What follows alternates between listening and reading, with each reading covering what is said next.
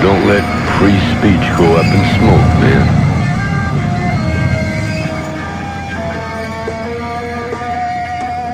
The world's leading jailer, the United States of America. I want to be a hippie god that gets no marijuana. I am as mad as hell, and I'm not going to take this anymore.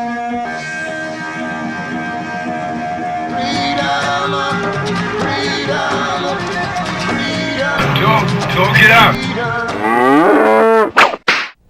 Wake up time for freedom, baby. Wake up time to fly.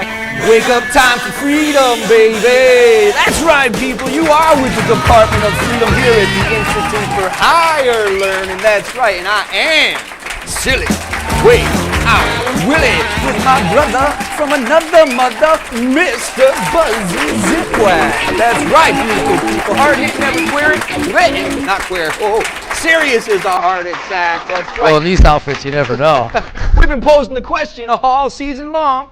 Are cops your friends, and can they be your friends? If the CIA's bringing the drugs, ho-ho, and the federal government's in collusion with the people who are bringing the hard drugs, and yet they're extraditing other people who are bringing in the puff-puff and making people able to grow the puff-up. Talk about Mark Emery distributing seeds around the world so that we can grow the ganja and have peace in our hearts and peace in our minds. You know what I'm talking about.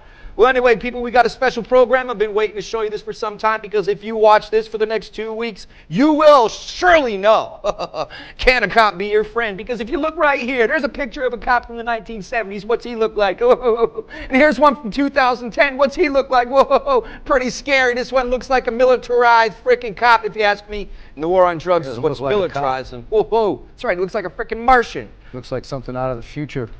For God's sake, people, wake up now. Give me your attention for the next half hour and tune in next week to see part 2 of Unwritten Future. That's right, people. Terror at the Republican National Convention in 2008. With the ever-growing police state, you're going to see what goes down at these conventions, man. I couldn't believe it when I saw it. Me and Buzz sat down and watched a little bit last week. Said we got to roll it by the people. So without further ado, man, check it out.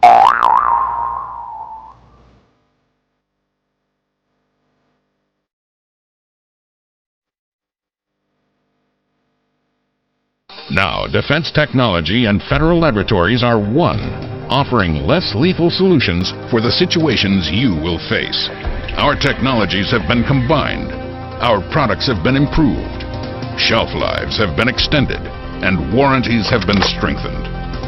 Combining our rich resources and extensive research and development efforts, Defense Technology Federal Laboratories will continue to set the standard for others to match. Defense Technology Federal Laboratories, united, will be an even stronger ally for the forces of law and order.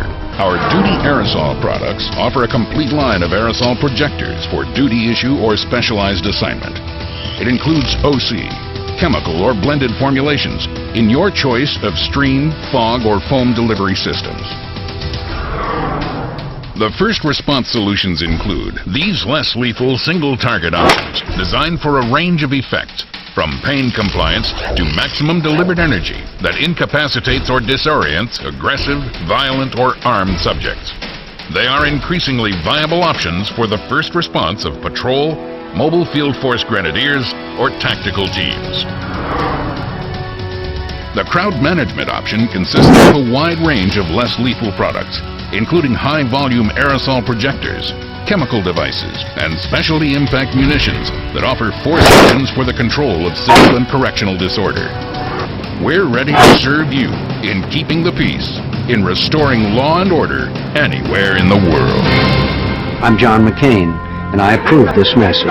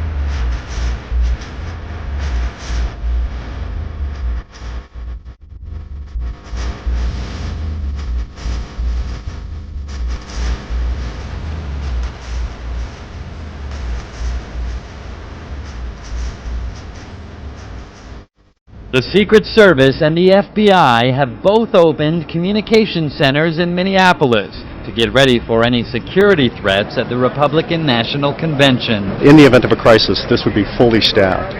This would be, again, the center of the universe for crisis management. Inside, officers can watch live cameras and satellite images to quickly react to an incident. There's one particular anarchist group that has a website, and they've been very public about disrupting the RNC. Police dismiss reports that they're planning a sweep this weekend to put protesters behind bars before the convention begins. What stands out for me is the disproportionate use of force for what the police were facing. We really feel that it's been quite a forceful crackdown. It started on Friday evening with the first raid on the activist gathering space, continued with house raids on Saturday. There were 4 of them altogether. And then, people were on pins and needles all weekend. There were snatch and grabs off of streets of activists. Please, let me see your hands. Come on top of your head, please. On top of your head, please. On top of your head, please. You know what, police, ma'am, we're just clear. Are you going to listen? You need it. We're just notifying you about that? Guys, you go in my backyard. They're handcuffed back here if you want.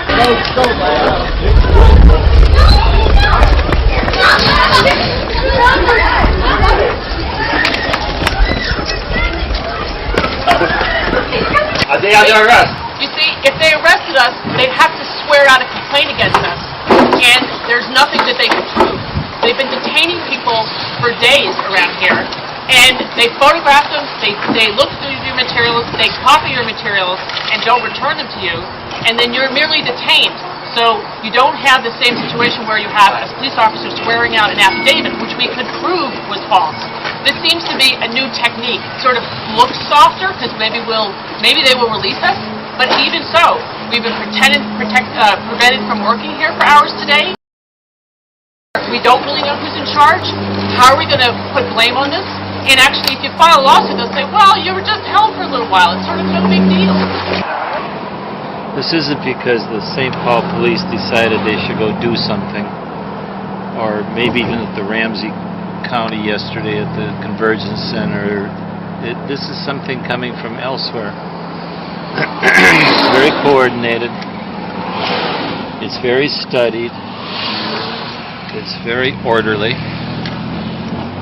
And it's Kafkaesque. Demonstrations at the Republican National Convention began early Monday morning as a formation of 60 Iraq and Afghanistan veterans marched from the Minnesota State Capitol to the Excel Center to deliver a briefing on veterans' issues to Senator McCain. Mattis Sharu, who earlier this year refused to deploy to Iraq, explained the reasons for the march. Today, Iraq Veterans Against the War is marching on the Republican National Convention to apply pressure to the McCain campaign to include veterans' issues in their election platform. While John McCain is a veteran, he has a history of not supporting the troops as he should. For example, voting or refusing to vote for expanding our educational benefits, and also making public his intention to keep us in this unlawful occupation of Iraq for 100 years if necessary. Iraq Veterans Against the War, or IVAW, has 3 demands: the immediate withdrawal of all occupying forces in Iraq, reparations for the people of Iraq, and full benefits including adequate health care for returning servicemen and women. Many veterans behind me today. Many of them have decided to even risk arrest to deliver this proposal to John McCain and to bring these important critical issues to the forefront. We hope that the world is watching. We hope that America is watching. The returning war veterans continue to sacrifice and serve their country. Present! Former Abu Ghraib prison guard Benjamin Thompson shared his story with Democracy Now! One of my prisoners at Abu Ghraib, a place where you saw those photographs come out. You didn't know the half of it. Most of our people didn't live in those cell blocks. Most of them people lived outdoors. And they're killed by enemy insurgents in our camps. This prisoner,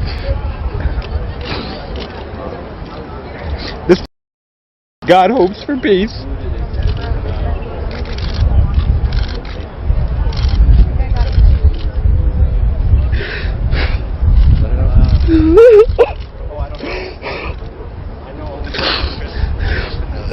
10-year-old boys in my camps. We had an 80-year-old blind man in my camp. They were killed by enemy fire because we did not protect them when they were in our custody. They were not worth protecting. The generals that came to my base came with 3 helicopters apiece, and when they left, they took them with them. We were giving them food that made them sick. We were giving them water that gave them kidney stones. We weren't supplying them with medical attention. They were dying from lack of heart medication that they'd been on for 20 years. You never heard about this, ever, because of the f***ing photographs. The Department of Defense focused all of the attention upon those atrocious acts committed by war criminals, my brother and sister military policemen. And then everything else that happened at that prison, to the other 95% of those prisoners, went unreported in the media. About 80 to 100 Iraq and Afghanistan veterans marched from the state capitol down to the XL Energy Center, the site of the RNC. And for the past 2 weeks we've been trying to get a hold of Senator McCain or his staff to meet us at the outside of the RNC. We wanted to present to him a list of veterans issues that we're deeply concerned about, but neither he nor his staff would come out and visit with us. So, what are those issues? Well, we think there needs to be better care for veterans with PTSD or TBI, traumatic brain injury, or who suffer from major depression. There's also the issue of military sexual trauma in the military that really hasn't improved in the 30 years I was in the military. Women are still discriminated. And the last issue had to do with don't ask, don't tell. Reservists can be kicked out after they come back from Iraq. Even though they're openly gay over there, they come back and they're kicked out of the reserve. They're good enough to catch bullets, but they're not good enough to serve 1 weekend a month. We just think that's totally hypocritical. We disagree with it, and we want that changed. Because we're not going to go back on what we need and what we want. We want decent reform, equal reform. We want the rates to stop now. We are not criminals. No somos criminales. No vinimos a robar, sino al contrario, vinimos a darle más impacto, más calidad, más belleza a este país. Porque con nosotros llevamos una cultura rica en historia. Our people have served many, many years. They served in the First World War, the Second World War. They went to the Vietnam War. It's time, America, to recognize the gifts and the attributes in all the services. So we are here, proud, and we're from Chicago. Committee Against the Militarization of Youth, present. Willoughby Had Design Collective. We're a group of artists and activists based out of Eastern Maine, but we work all over the country, in fact all over the continent. We've got a distributed network of folks that we work with to create anti-copyright graphics that tell stories about geopolitical situations out there in the world. And we work collaboratively to produce them, so any graphic has anywhere between 4 and 10 different people working on the project. And the idea is to create visual metaphors that serve as storytelling tools. So this graphic right here is talking about the impacts of free trade agreements on different economies, specifically based on the FTAA, the Free Trade Area of the Americas, that was being brokered in 2003. And its basic layout is that it's got the Western Hemisphere being caught up in a web of free trade that's being spun by the 3 different spiders of globalization. And then you've got all these different animal metaphors that represent the different pieces, different aspects of society that are being impacted by it. So you've got the privatization of education, privatization of medicine, maquiladoras, sweatshop jobs that are being exported. So trying to explain and break down these really big, overwhelming issues in graphic form. The other one that we've got over here is talking about the drug war in Colombia and how that's connected to militarization and specifically to economy and industrial development as well. We're now currently working on a poster both about a huge infrastructure development project that's happening in Mesoamerica called the Plan Puebla Panama, and also just this year started a new one about the true costs of coal and what's happening in Appalachia in the United States, where we see resource extraction, like what we associate as happening in other countries, happening in our own country, and where mountains are being blown up in a process called mountaintop removal coal mining. The two graphics that I just explained will both be out hopefully within the next year. And we hope to continue to spread, all of this really important awareness, raise awareness, and educate people through visual graphics. When is the Peace and Justice meeting going to start talking about issues of unemployment, issues of poverty, issues of lack of affordable housing or clean housing, issues that really pertain to the people that are suffering the most because of this administration? And the frustrating thing one of the reasons why I left the anti-war movement was I felt that it's so much easier to care about the children in Iraq and the children in other parts of the world, but can you look at the black kids that are here and how they're suffering, the lack of education, the lack of affordable housing? Can you look at the Native American kids, whether they're in an urban area like Little Earth in Minneapolis or on the reservation, and the lack of health care that they have?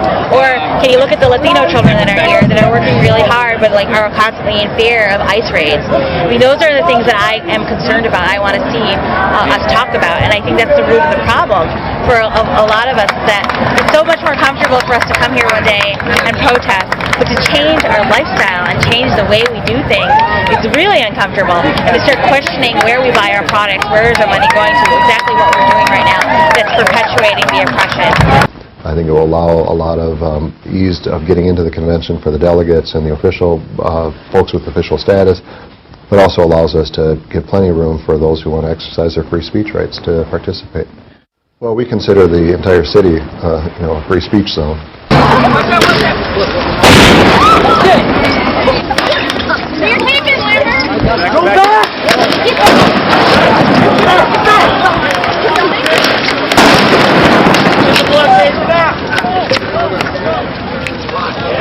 Look out! Police! Oh my God! That just blew out! I mean, police! That was a little explosion. Excuse my language on the air here.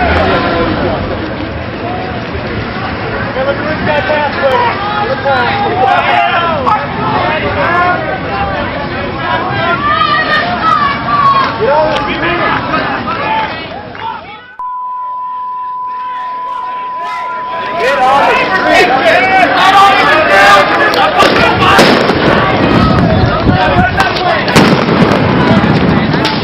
Coming out! Good one! Oh, God.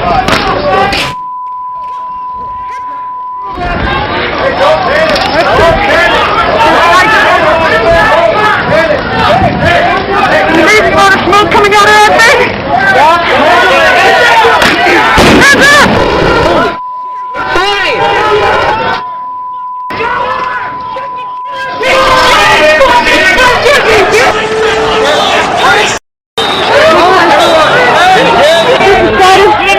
Decided to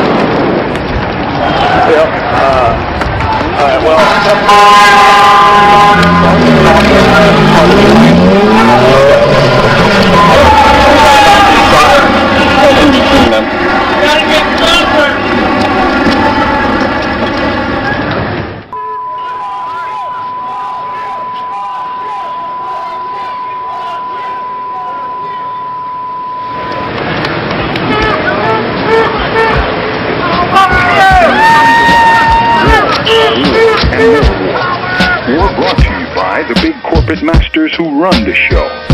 This isn't just a war on Iraqis or Afghanis or even Arabs or Muslims. It is ultimately a war on us all. That's because the billions and billions of dollars that are being spent on this war, the cost of tanks, rocketry, bullets, and yes, even salaries for the 125,000 plus troops, is money that will never be spent on education, on health care, on the reconstruction of crumbling public housing, or to train and place the millions of workers who have lost manufacturing jobs in the past 3 years alone. The war in Iraq is, in reality, a war against the nation's workers and the poor, who are getting less and less, while the big defense industries are making a killing, literally. What's next? Iran? Syria? North Korea? Venezuela? We've already seen the corporate media play megaphone to the White House to build and promote a war based on lies. War is utilized by the imperialists first and foremost to crush internal enemies.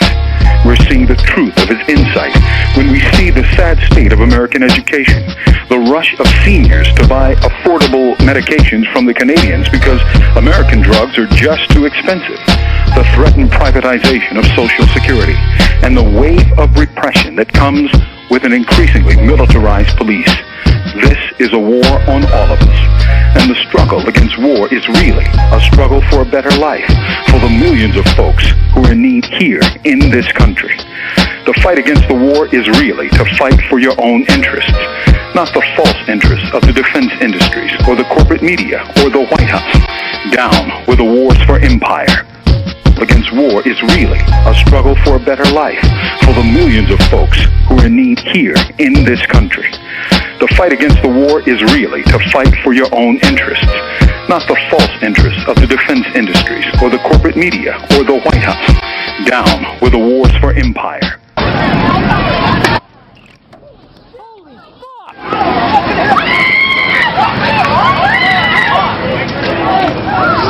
What that bullshit?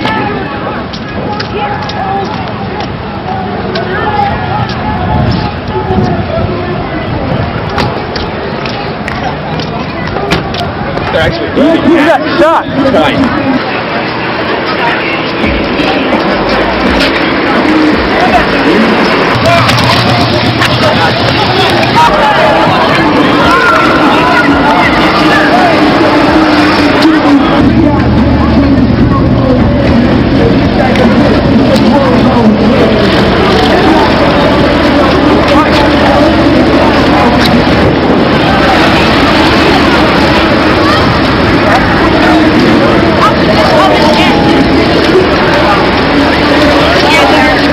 That guy's stalking us. Look at him, he's stalking us.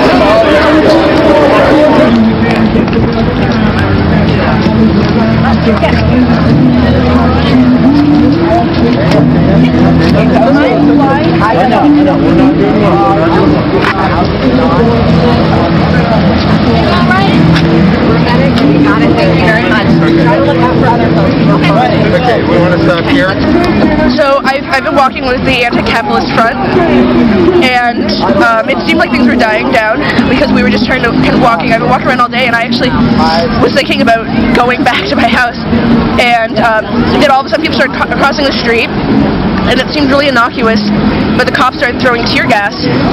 So I started walking back the other way, and I saw this girl, and she was just wearing sunglasses and shorts and a tank top, and I knew that if it blew up next to her, she was really going to be in for some serious shit.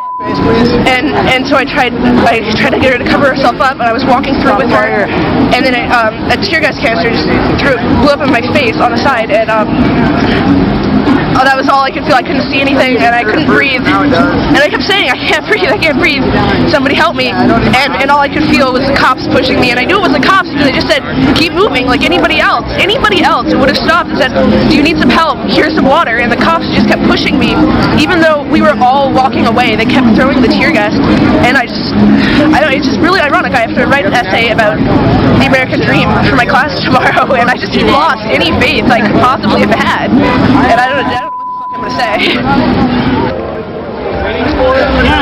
Waiting for them to let us know when we can let you leave. I just asked what we were waiting for, and he said that they're waiting for them to tell them when we can leave. Oh. Or something. Why can they go through? Well, why don't we just stop? All right, on your through. Why am I being stopped?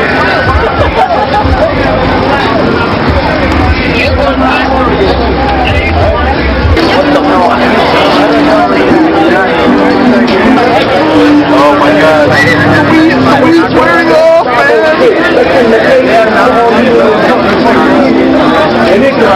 Gustav's landfall quieted the first day of convention activities, but soldiers were still on the job as demonstrators became increasingly aggressive.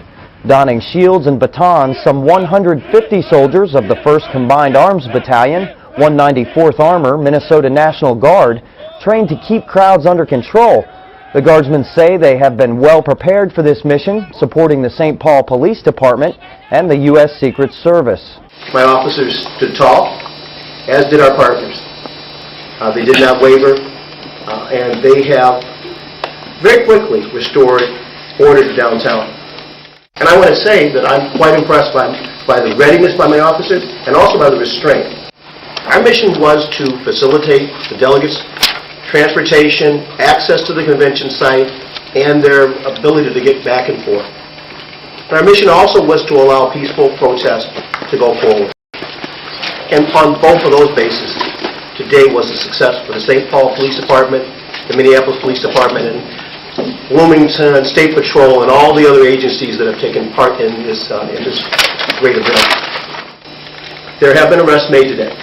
At last count, there were 56 arrests made, of which 7 were felonies, and about 9 were gross misdemeanor arrests. And we expect that there will be more arrests. That number will continue to grow. We're in fact in the process of making arrests even as we speak on one last group that has circled down to Shepherd Road. A number of people were intimidated and frightened, I believe, by the masked criminals who were running through the streets. I am gratified that not only did I see the heroic efforts by the officers today, and not only did the mayor see that, but that many of you in the media also saw that. And I like the term that you in fact have coined, that what you saw today in the face of numbers and agitation and masked criminals was a restrained use of force. I know many chiefs of police and assure you that they are average human beings just like you. Self-described anarchists, and as the police would follow some of these groups, other groups, small groups, would break off. They would throw rocks and bottles. There were some tires that were slashed, broken windows. I saw a lot of this, saw a lot of the rocks and bottles, and at one point we were behind a group that was being trailed by some police at that point, and about a dozen of these pepper spray canisters were fired off. This is a test of the emergency brownhead system. And there you have it, folks. Part 1 of Unwritten Future, coverage of the 2008 Republican National Convention. Did you hear and see all those liars? From the mayor to police officers and the news media, of course, including Dan Bullcorn Rathers. Join the Department of Freedom next week, folks, for more lying public officials and those propagators of propaganda known as the news media, as we feature Unwritten Future Part 2 here on Stop Bitchin', Start a Revolution. Peace, people. Quit playing games with God. Wake up, America.